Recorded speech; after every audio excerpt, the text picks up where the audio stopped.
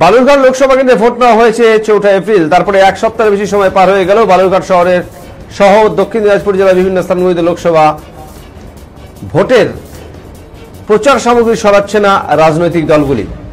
রাজনৈতিক দলের ব্যানার, পতাকা, ফ্লেক্স এবং ফেস্টুন দেখা যাচ্ছে বিভিন্ন এলাকায়। বিষয়টি নিয়ে জেলা সাধারণ সুধী সমাজ থেকে শুরু করে পরিবেশপ্রেমী সংস্থা এবং সাধারণ মানুষের প্রতিবাদ জানিয়েছেন। তাদের দাবি, বিভিন্ন রাজনৈতিক দলের এ বিষয়ে এগিয়ে আসা উচিত এবং দৃশ্যদূষণের হাত থেকে বালুরঘাট শহর সহ গোটা জেলাকে মুক্ত করা উচিত। বালুরঘাটের বিশিষ্ট নাট্য ব্যক্তিত্ব জিষ্ণু নিয়োগী বলেন, বিভিন্ন রাজনৈতিক দলগুলি শুধুমাত্র তাদের রাজনৈতিক ফায়দা তোলার কথা ভাবেন। তারা প্রচারের জন্য ব্যানার, ফ্লেক্স, ফেস্টুন ও পতাকা ইত্যাদি ব্যবহার করেন, কিন্তু ভোট হয়ে যাওয়ার পরেও তারা সেগুলি খোলার কথা একবারও চিন্তা করেন না। বিষয়টি খুবই দুর্ভাগ্যজনক। তিনি বলেন, বালুরঘাট শহরে বর্তমানে দেখা যাচ্ছে ভোট পার হয়ে যাওয়ার পরেও বিভিন্ন রাজনৈতিক দলের প্রচারের জন্য যে সমস্ত জিনিসগুলি ব্যবহার করা হয়েছে, অর্থাৎ ব্যানার, ফ্লেক্স, ফেস্টুন, পতাকা, সেগুলো বালুরঘাট শহরের বিভিন্ন স্থানে এখনো পড়ে রয়েছে। এর ফলে দৃশ্য দূষণ ঘটছে। রাজনৈতিক দলগুলি অবিলম্বে উচিত তাদের প্রচার কার্যের জন্য ব্যবহৃত জিনিসপত্রগুলো সরিয়ে দেওয়া।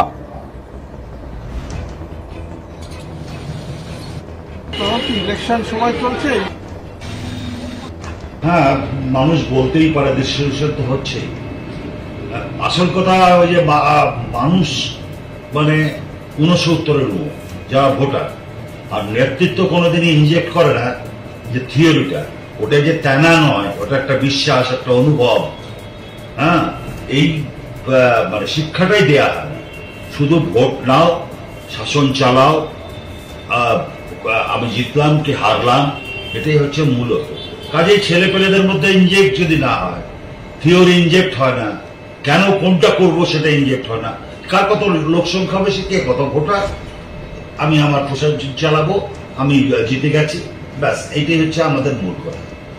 যার ফলে সমাজে ক্রমশ এই পতন শুরু হয়েছে এবং লিডারশিপও চায় না যে তার 69-এর কর্মীরা প্রশ্ন করবে।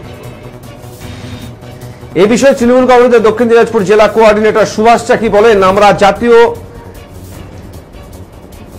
নির্বাচন কমিশনের নির্দেশ মতো কাজ করছি। আমাদের বিরুদ্ধে বিভিন্ন পরিবেশপ্রেমী সংগঠন এবং সুধী সমাজ যে অভিযোগ করেছে তা ঠিক নয়। আমরা ইতিমধ্যেই বালুরঘাট শহর সহ দক্ষিণ দিনাজপুর জেলার বিভিন্ন স্থান থেকে শতকরা 90% ব্যানার, ফ্লেক্স, ফেস্টুন, পতাকা অর্থাৎ লোকসভা নির্বাচনের প্রচারের জন্য যে সমস্ত জিনিস ব্যবহার করা হয়েছিল সেগুলো খুলে নিয়েছি। বাকি যেগুলো পড়ে রয়েছে সেগুলো খুব তাড়াতাড়ি সরিয়ে নেওয়া হবে। আমাদের উদ্দেশ্য শহর তথা জেলায় দৃশ্য দূষণ ঘটানো নয়।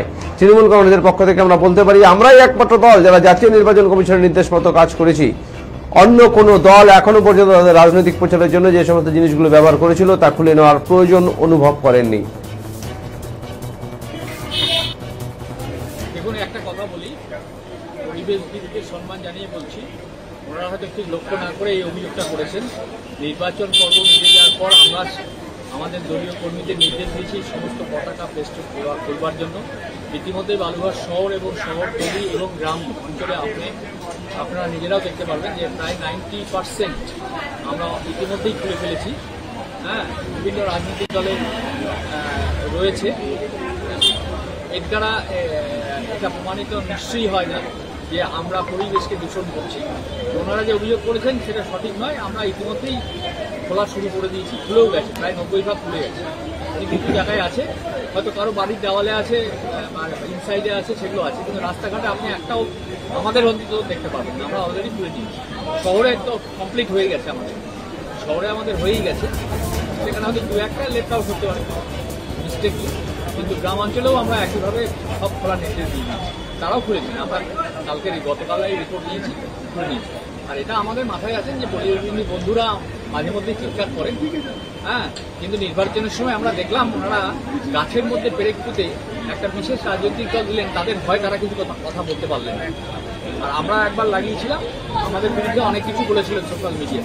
আজকে এই পরিবেশ বন্ধুদের আঙুল দিয়ে দেখাতে চাই বা বলতে চাই যে যখন গাছে পেরেক ঠুকে অন্য রাজনৈতিক দল, বড় একটা ভারতবর্ষ তথা পৃথিবীর যারা বৃহত্তর দল বলে দাবি করে, তারা যখন গাছের মধ্যে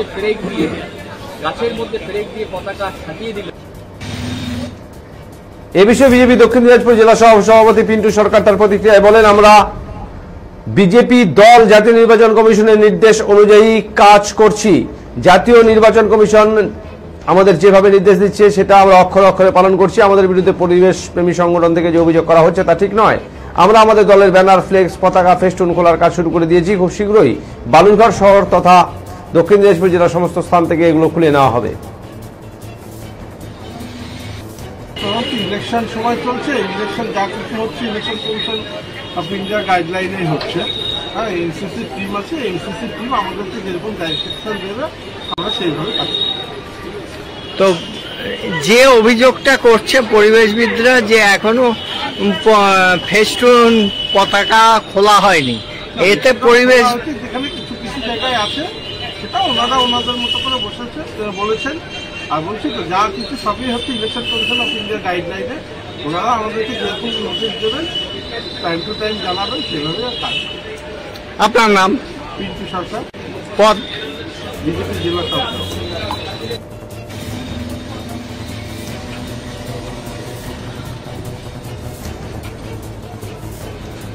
পরিবেশবিদ তুহিন শুভ্র মণ্ডল এই প্রসঙ্গে জানান, আমরা প্রতিবার সংবাদ মাধ্যমে তারা আবেদন করি প্রতিটি রাজনৈতিক দলের কাছে ভোট পর্ব মিটে যাওয়ার পর যেন তারা তাদের পোস্টার ব্যানার খুলে নেন, তা না হলে আবার রাজনৈতিক দলের কাছে আবেদন করা হবে, আর তাও না হলে ঊর্ধ্বতন কর্মকর্তাকে জানিয়ে দৃশ্য দূষণ রোধ করা হবে। কিন্তু বরাবরই আমরা আবেদন জানিয়ে রাখি যে যাতে কিনা ভোট পর্ব মিটে গেলেই এই পোস্টার, ব্যানার, ফ্লেক্স এগুলো তুলে নেওয়া হয়। তো আমার মনে হয় যে আরেকবার আমরা আবেদন আপনাদের মাধ্যমে করতে পারি যাতে দ্রুত এই বিষয়গুলো বিভিন্ন রাজনৈতিক দলের পক্ষ থেকে খুলে নেওয়া হয়, এবং প্রশাসনের কাছে অনুরোধ করব যাতে এই বিষয়টায় দৃষ্টি দেওয়া হয়। এতে কি রকম অসুবিধা হচ্ছে পরিবেশের পক্ষে? দেখুন, একটা শহর তো নানান রকম পোস্টার, ফ্লেক্সে যদি বন্দী হয়ে থাকে তাহলে শহরের যে একটা সৌন্দর্য, শহরের যে দৃশ্যমানতা, সেটাই তো নষ্ট হয়ে যাবে। সেই কারণে আমরা বারবারই আবেদন রাখি, আবারও আবেদন রাখছি যে যত দ্রুত সম্ভব এইগুলোকে অপসারণ করে দেওয়া হোক এবং শহরকে শহরের মতো আবার ফিরিয়ে দেওয়া হোক। Thank you. আপনার নাম? তুহিন আরেকবার নামটা